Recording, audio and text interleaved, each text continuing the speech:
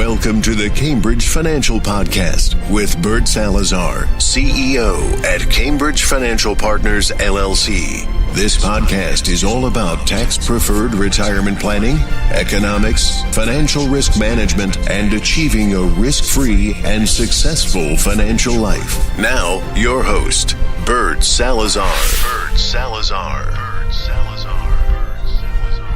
Hey, good day, everyone. Welcome to another Cambridge podcast.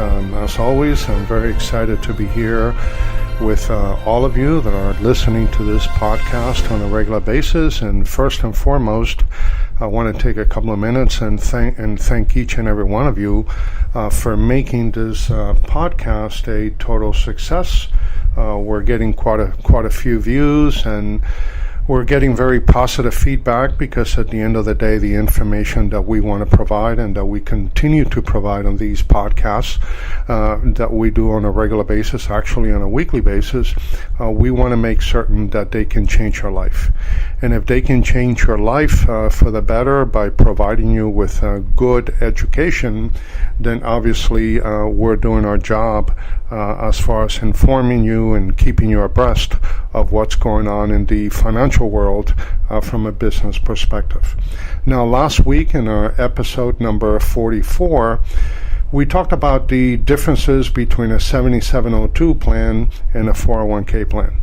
And obviously you were able to see and you were able to understand that 401k plans have a lot of different challenges from, contribution stages to accumulation stages to distribution and finally the transfer stages. And all of those things also apply not only to the 401k marketplace, but also it applies to IRAs and SEPs and simple IRAs. So any government program that allows you to put money away on a pre-tax basis is going to have certain areas and issues that are going to have to be dealt with.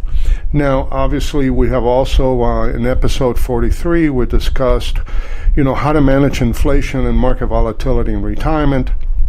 Episode 42, we did go into understanding money decisions and your personal economy and the impact that those money decisions have on your overall financial life. Now, today I want to take a few minutes and kind of help you understand a little bit more about Roth IRAs, which is the after-tax IRA version.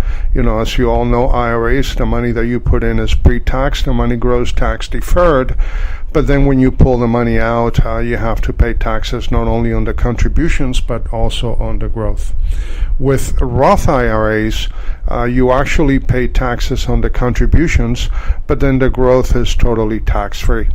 So as long as you get a decent rate of return and you have time on your side, for the vast majority of clients, Roth IRAs and Roth 401ks make a tremendous sense because of the fact that we all feel that taxes are going to be much, much higher in the future than they are today.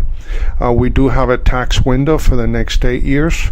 I call it the tax fire sale because if you're going to do any type of tax planning, you have an 8-year window in which to maximize all of your tax preferences because of the fact that the new tax law will actually terminate in 2025 on the individual side. So that means that in 2025, everything from a taxable standpoint will revert back to the way that the tax law read in 2017. So it's critical to make certain that you do as much tax planning as you can over the next 8 years. So today we're going to discuss, the area, which is an area that I get asked by my clients quite often, is can you contribute to a Roth IRA?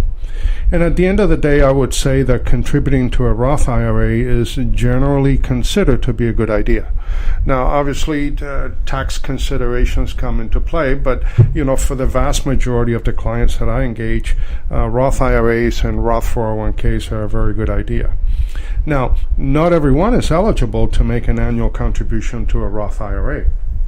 Over the last several years, we have seen a few cases where individuals were contributing for many, many years to Roth IRAs, and they were not eligible to make those contributions. So, here are some of the things that I think are very important, and some of the things that you should know about making contributions to Roth IRAs. Now, first, you must have earned income in order to make a Roth IRA contribution. Now, that means you must perform some type of service to have earned income. Now, passive sources of income generally do not count as far as making contributions to a Roth IRA. As a result, Social Security payments from any payments from any type of retirement plan are not considered earned income. Rental income is generally not considered earned income either.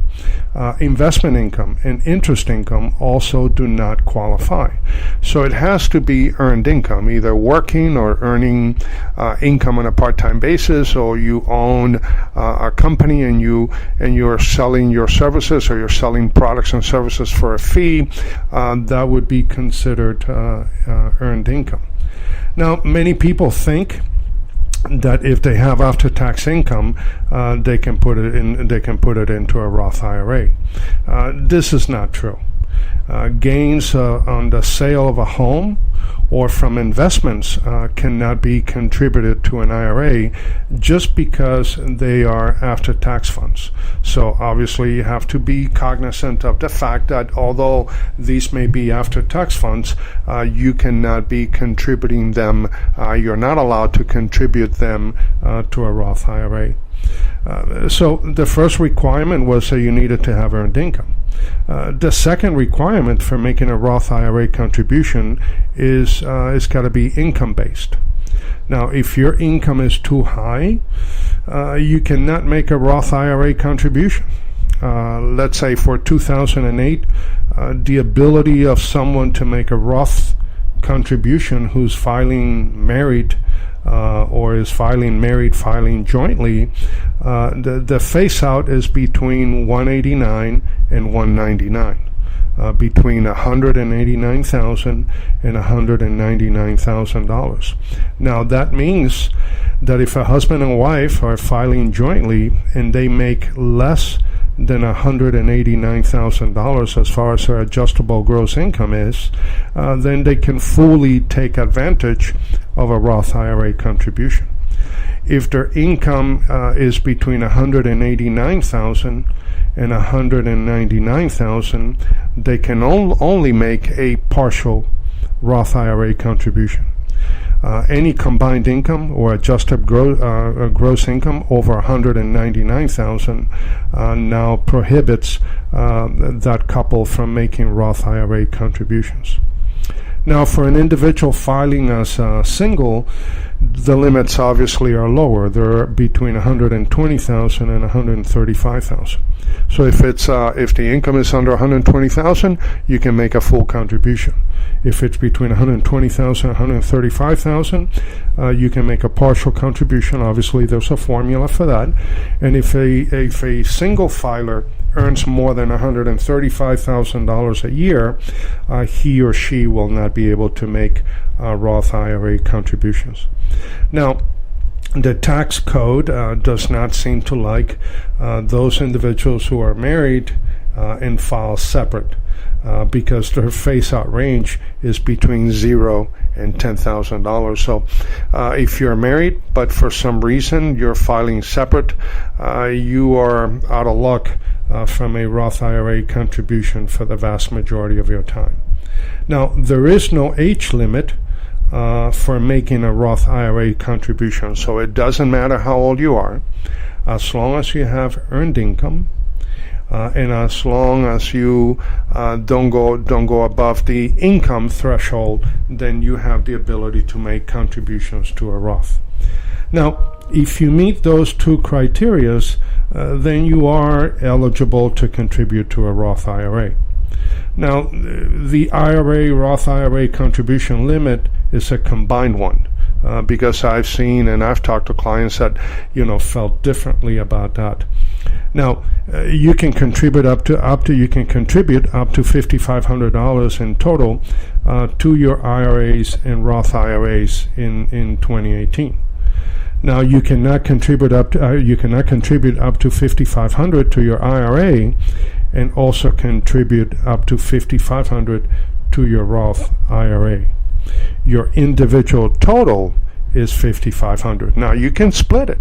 You can put 50% in a Roth IRA and 50% in a traditional IRA, or you can take any percentage that you want. But the maximum that you can put into both in 2018 is $5,500. Now, if you happen to be age 50 or older during 2018, you can, in fact, contribute an additional $1,000 to your IRA accounts for a total of $6,500 for the year. Now, a question that we get frequently here in our office is whether or not you can contribute to your Roth IRA if you are already making contributions to an employer plan. Now, the answer to that question is yes, as long as you meet the income limits. This is true even if your employer plan is either a SEP or a simple IRA. So if your income limit is under the threshold and you're making contributions to an employer sponsor qualified plan, then you do have the ability to make contributions as well to either a Roth IRA or to a traditional IRA. Now, another question that we get often is, well, Bert, what happens if we make an ineligible contribution? Let's say that you make a contribution to a Roth IRA that you're not supposed to. Well, you have an excess contribution in your Roth IRA then. Now, if you catch the mistake before October 15th of the year, after the year for which the contribution is made, then you can recharacterize the Roth contribution to an IRA contribution. Now, the other option is to remove the contribution as a return of excess contribution as well. Now, any income attributable to the contribution must also be removed. So if you made an extra $500 contribution to a Roth, and then you realize that you have an excess contribution, well, then you need to remove those $500, and then the interest that those $500 may have earned on your behalf while they were invested in that Roth IRA account. Now, always bear in mind that excess contributions that are not timely removed are subject to a penalty of 6% for every year that they remain in the Roth IRA. So you have to be very careful to make certain that, you're not making any excess contributions to your Roth IRA, that you're making the proper contribution as you should, and number two, make sure that if you do make an excess contribution, that you remove it as soon as possible, because that 6% is going to be compounding every year for as long as the money remains in the Roth IRA. Now, they must be reported to IRS on I think the form is 5329, which can be filed with your tax return. So therefore, your excess contributions have to be reported to the IRS. And you can either send it as a standalone return, or you can also file it when you do your taxes along those lines. Now, when Form 5329 is not filed, then the statute of limitations does not start to run on the 6% penalty. IRS would have the ability to assess a penalty back to the year of the contributions, plus obviously interest and penalties. So those are things that are very critical to understand from a business standpoint when it comes to Roth IRAs and so forth. So obviously at the end of the day, if you're embarking and making these contributions now, Roth IRAs are very good. And many times we do help our clients maximize their contributions to the IRS, but also they have to bear in mind that IRS contributions need to be taken into consideration, and you need to address those contributions in a way that you're not going to create any type of penalties for you as you approach retirement.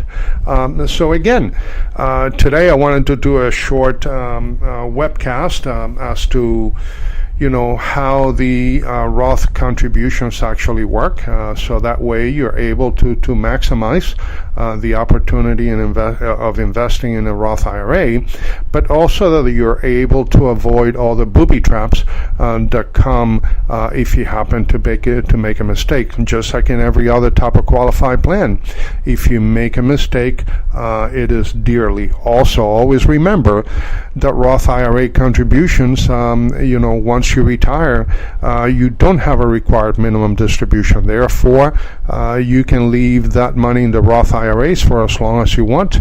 Even if you die in your mid-80s, mid-90s, there are no penalties on Roth IRA distributions after the age of 59 and a half. So it's something to bear in mind as you start to prepare your tiering and distribution process for your retirement life. Again, as I always say in every one of our podcasts, our number one goal is to help you change the way that you see things, because when you change the way that you see things, the things that you see change. So again, thank you so much for your time today, and I look forward to seeing you again soon. Take care. Bye.